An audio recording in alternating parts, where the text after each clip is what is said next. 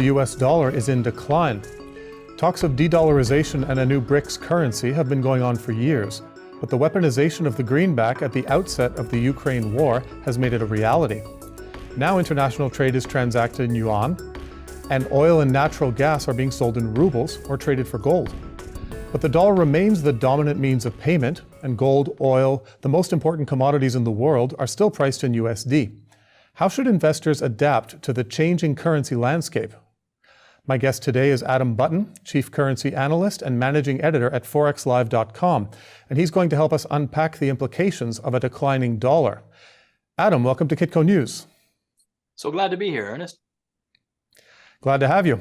All right, let's start with the US dollar index. Judging by the rhetoric, you'd think it was down 20%, but it's actually only down around 1.5% in 2023, around 1.4% over the last 12 months. Where is this massive decline? Yeah, that's exactly right. There is a bit of a cottage industry in calling for the death of the dollar, and it's sprung up again in the last few weeks. We've seen the talk, and we are seeing a concerted effort among other countries to move away from the dollar. But what you see is just how dominant it is and how there are really a lack of alternatives. So the dollar has hung in for now, but there are plenty of people getting ready to call for a big turn in the dollar. And I think a lot of people are trying to front run that, anticipating that weakness coming. Right.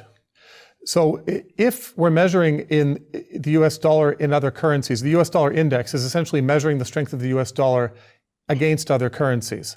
Now, the US dollar is declining, but other currencies are declining more. So what is the US dollar index telling us, and what is it not telling us in this situation? Yeah. The US dollar index, it's a little bit of an antiquated instrument, although popular. And, we see this in lots of markets where the tradition sticks around. So it's a basket of currencies. However, when the euro, it predates the euro. And when the euro came together, that led to a huge weighting for the euro in the US dollar index, far more than what trade is saying. And so a lot of what the dollar index just tells you is how the dollar is doing against the euro. And I think a lot of people forget, you can talk about US dollar weakness, and there are abundant reasons to actually see that the dollar is much weaker than it shows. But currency markets are all comparative.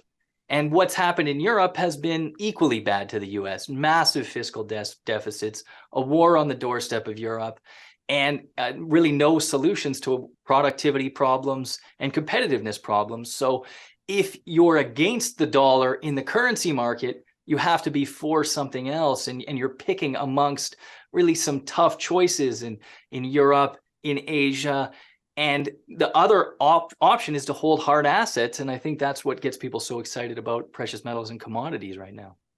Right. Yeah. We'll touch on precious metals in a minute, but I'm just trying to understand if measuring the U.S. dollar against other currencies, if the U.S. dollar index isn't the best way to be measuring the U.S. dollar because of the weighting of the euro, then how should we be measuring the U.S. dollar itself?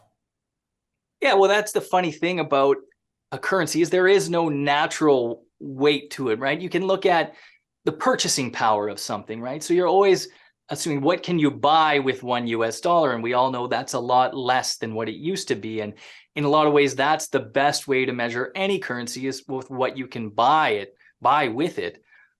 So you also have other things like a trade-weighted US dollar index that might show it a little bit weaker than it is against the US dollar, against the dollar index. And really, there's not going to be any one way for you to say the US dollar is weak. It's just a matter of looking at inflation and looking at what you can buy with it and deciding that I'd rather hold one of the alternatives. Right. So let's look at the implications of a weaker US dollar in real terms. What happens inside the United States when the US dollar declines? Well, the one way to preserve the purchasing power of something is to pay people to hold it. And that's what central banks do. They raise overnight rates to give you interest for holding that currency. And that's what we're seeing from central banks now, is that we had an inflation problem globally and all currencies were falling at the same time. And that's why you couldn't see necessarily weakness in the US dollar. Whereas when central banks raise rates, well, now I can look at a 2-year bond and I can get 4%, or I can roll it at 5% on something even shorter term than that. So now, in a way, they are propping up the value of the US dollar because maybe it's declining, but I can get 5% risk-free essentially for that. And that is sort of the pushback towards a stronger dollar. However, if you get to a point where you get a recession, you get slowing growth, you get problems due to high interest rates, well, then they're going to have to cut it back down again. And we're now at the peak of rates, or very close to the peak of rates. And as that turn gets underway, we're going to see that flood of money come out of dollars and out of currencies in towards more growth-oriented assets and safer stores of value that are going to continue to pay above 4 or 5%, while what US dollars or other currencies are paying are declining. All right. And what are the implications of the US dollar losing value outside the US? How is this impacting other countries' currencies, other countries' economies? Yeah, the financial markets get a little bit tied up with the US dollar and domestic implications of the US, how the US economy is doing, because it's such a large part of global growth. But much of the world's borrowing is done in US dollars. And when you have a period of strong dollar and you have a domestic currency, particularly in an emerging market, where you have a falling value of that currency, the money you have to pay back in local terms, it just becomes unbearable. So as you get the falling dollar, it helps terms of trade a lot, and the financial flows in emerging markets. It will help to lift up those economies, which is going to add more global demand at the same time to a lot of the things that the people there want to import. So you get this virtuous cycle when you have a falling dollar and stronger global currencies. But that depends on having stronger global growth. And I think once we start to cut interest rates, that is going to unfold. But right now, so many market participants are looking towards a recession and saying, hey, listen, I'm waiting for the recession either to buy gold or to buy stocks. I just want to see things fall 10 or 20 or 30% or whatever it is. But the coming out the other side of that is going to be a much better long-lasting trade, whereas timing this recession right now is a bit of a cottage industry itself, and it's making it very difficult to find that entry point. And quite frankly, a lot of people are going to miss it waiting for that perfect entry. Right. Well, let's talk about pricing then. The dollar is still the main instrument for pricing commodities. Gold is already at all-time highs in virtually every other currency, but the big moves still happen around key levels in US dollar terms. So how should investors in gold and other commodities deal with this pricing problem? Well, I think there's a lot of reasons to be looking at gold in other currencies, and it's probably not talked about enough, or any asset really in currencies that aren't the US dollar. If you think of gold, obviously on Kitco, you look at it or you use it as a store of value, right? That's one of the uses of gold. And if you've held gold in yen terms or euro terms or sterling terms in the last number of years, you've done very, very well. It has preserved your purchasing power. The talk about gold is always priced in US dollars. We're not talking about all-time highs, although we're at multi-month highs now. But that tells the real story, I think. I think a lot of markets get caught up in narrative. And if you look at a number of charts and you look at, well, what has been the best asset to own in terms of my own currency or moves that I could have made, then you start to see a bit of a different story unfold in a lot of these assets. And again, that becomes a little bit more turbocharged in US dollar terms as it falls, but it might not have the same torque coming back if your currency is to rise against it as well. So it is something to keep in mind as these fluctuations happen, that these very clean narratives about strength and weakness aren't always what they appear to be. And you have to get either the commodity right or the market right, because if you have something a currency rise 50% in domestic terms, and you've invested in a foreign asset that's also risen 50%, well, you've really broken even in your own domestic currency. So the scoreboard in financial markets is like a three-dimensional scoreboard. when you're investing across borders. Right. So that makes me wonder, what are some of the more profitable trades in currency markets or between currencies and commodities these days? Who's winning in this current environment? Yeah, well, that's a very good question, because there aren't a lot of outright winners. I mean, we had a pandemic and everybody moved in lockstep and took rates to ultra low levels, QE, the whole works. And now we've come out of it and everybody's moving up. Now we're starting to see some divergences. So we talked about the value of money before, and that's one of the reasons the US dollar did well last year, starting to top out now. But the Fed moved up aggressively, whereas Europe, other countries didn't move up nearly as much. Japan didn't move at all. So, what makes money in the currency market is divergence between where you see strength in one country essentially and weakness in another. And that's the trade to play. And, inflation follows growth in most cases. And obviously that can get very skewed with government spending and a million other little things that fit into that. But that's sort of the basics of it. And right now, I think the next big trade is that the US economy is holding up pretty well right now, whereas other countries are starting to stumble. You see, for instance, with mortgage rates, a lot of countries are more exposed to mortgage pain than the United States, where in the United States, you have a 30-year fixed mortgage. Your payment doesn't go up. Elsewhere in the world, your payment is going up painfully right now, which is going to dampen consumer spending and lead to central banks to cut rates before the US. So I'm looking at places like Australia, UK, Canada, where I think that pain is going to be a little bit more acute. And then you have people, when that new cycle starts, it will be a rate cutting cycle. And we're going to see, I think, those currencies come off first, but I think it's going to be very shallow as the US will be following it down. And then we're going to get into that virtuous growth cycle after that. The other spot I'm looking at is Japan. Like I mentioned, they haven't moved at all on rates. The inflation numbers in Japan are hard to believe. I mean, they've hardly budged. I mean, we've had generational weakness in inflation in Japan, and that's been the story there.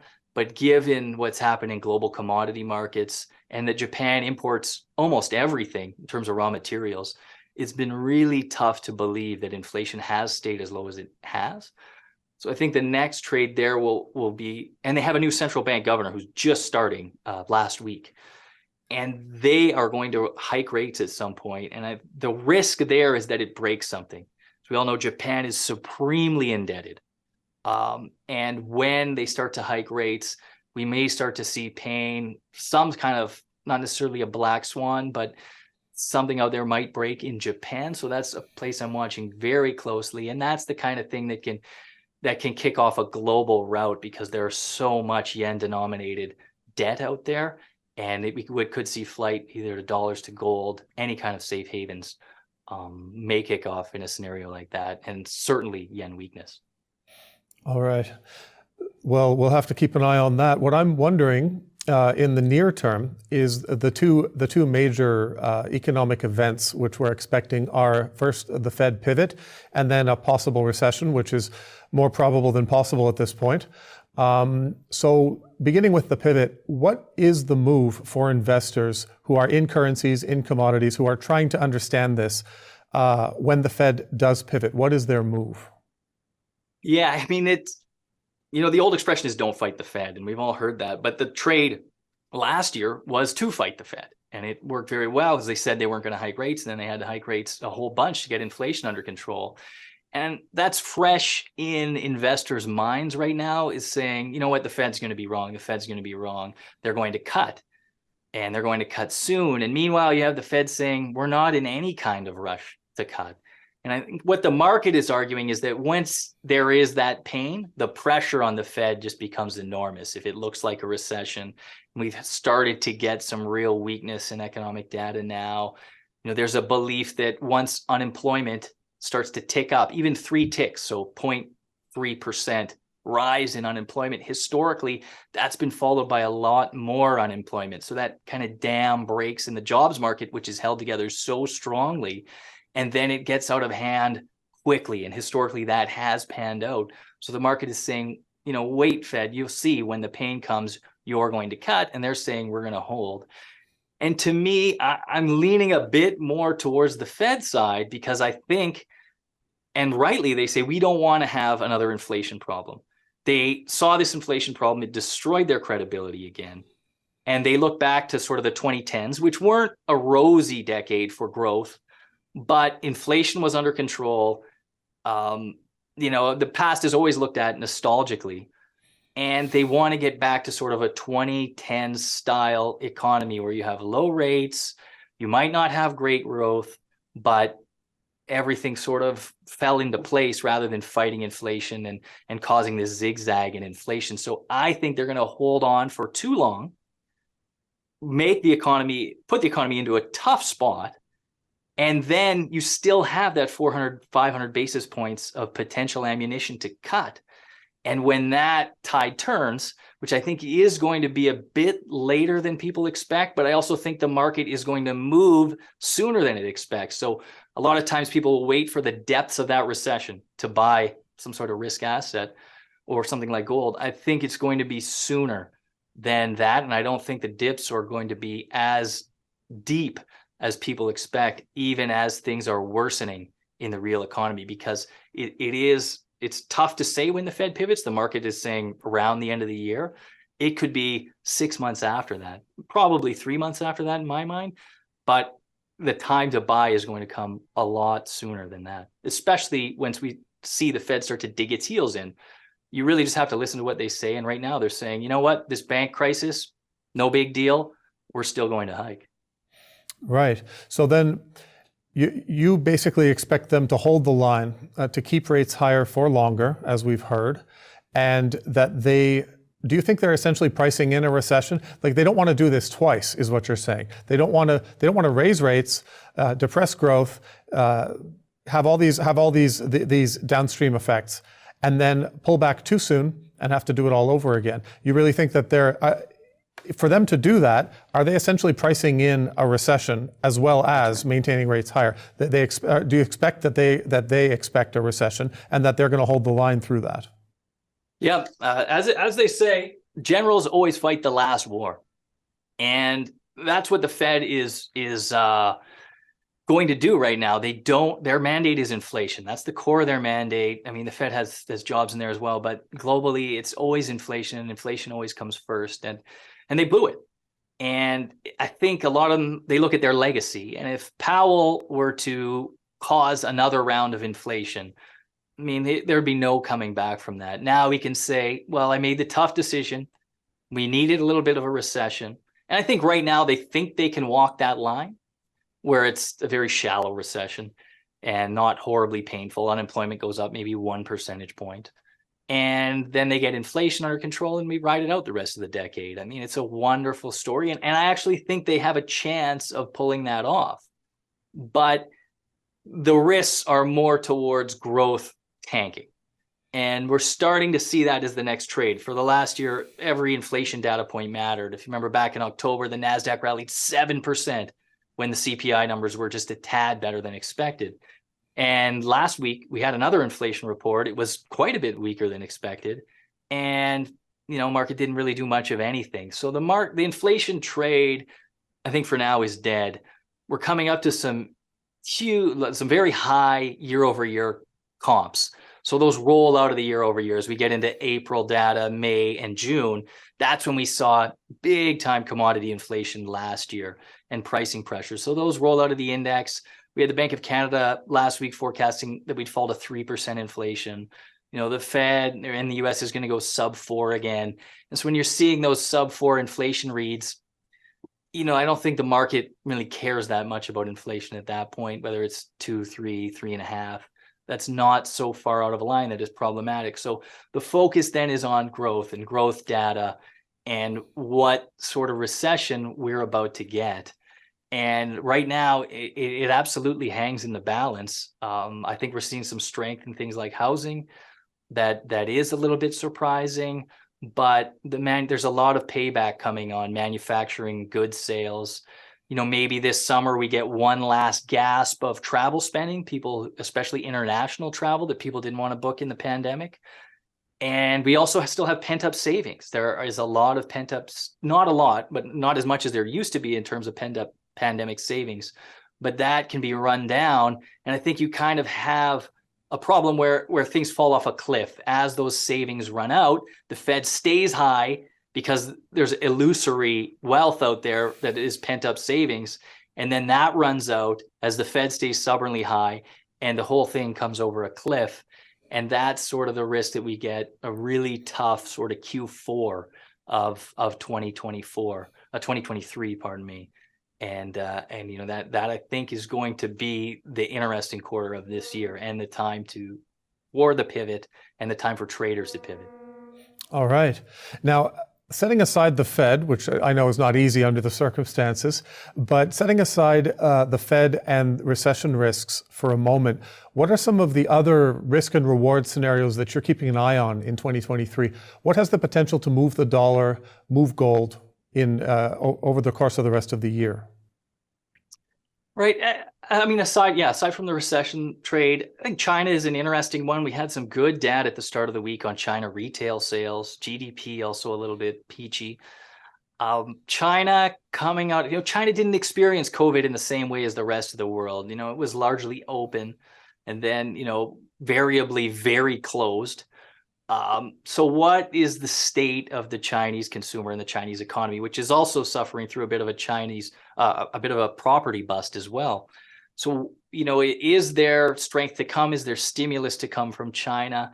That's going to be very important for commodity demand. And also how high interest rates impact sort of the developing world, and India as well is strong right now. So we're seeing impressive commodity demand there. On the geopolitical side, I think the debt ceiling sideshow right now, we do this every few years. And obviously, the U.S. is going to pay its debts. The market is getting wrapped up in it right now because both sides are digging in. And I pray that this goes to an extreme spot where markets puke. And I'll be there to pick up the pieces, because it's a layup that they will ultimately pass a debt ceiling, however painful and stupid it is. And so I think that's really a layup of an opportunity if it comes.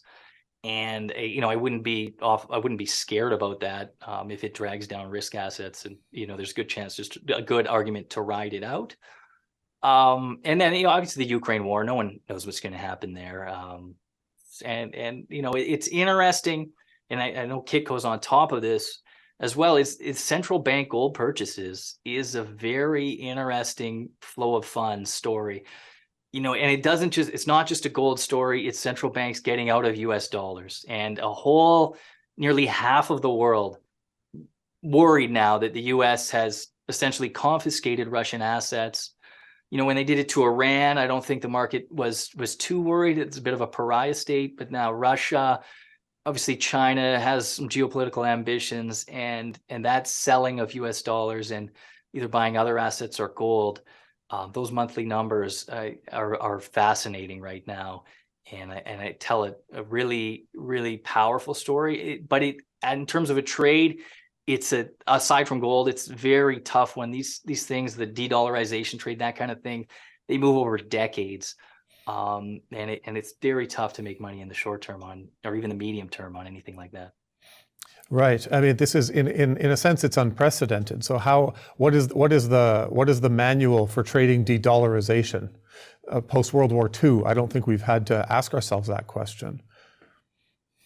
Yeah, I mean, I just don't think it's really a trade at all.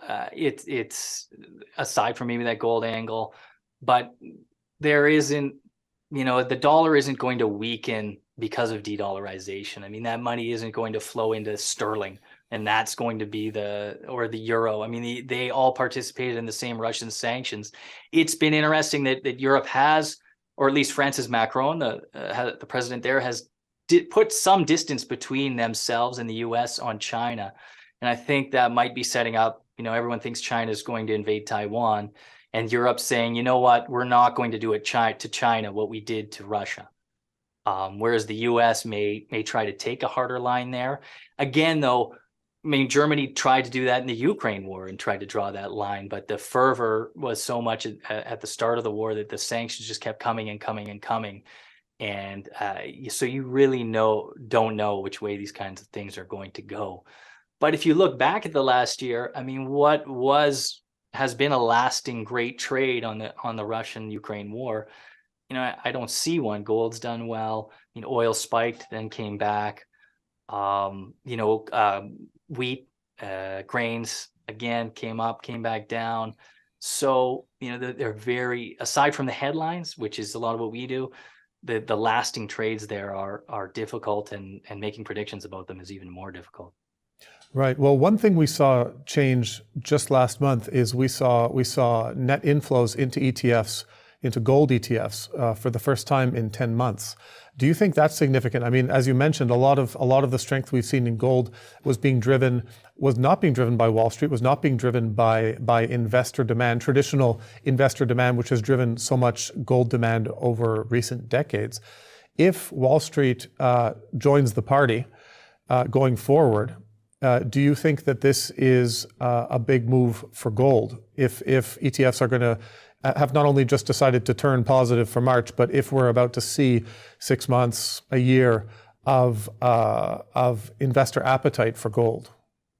Well, you can start to see the things lining up, right? Eventually, you're going to have rate cuts. You're going to have this de-dollarization story, and you're going to see the new all-time highs. I mean, it's not very far off. And then when gold is often a momentum story. And I think that the other part of that, and why gold isn't already at record highs, is crypto. There was a lot of money that would have flown into gold that made its way into the crypto sphere. And I think what's happening right now, and the legacy really of some of these bank failures in FTX is this death, I call it, of Web 3.0. And that was all, I mean, I think Bitcoin has carved out a bit of a role for itself, but the rest of the crypto ecosphere hasn't found really a use case other than some moving money across borders. But in the payment space, in the broad use space, legal space anyway, there isn't a lot there. And I think that interest is fading, right? Certainly the money isn't coming in the way it was before, and I don't think it's coming back.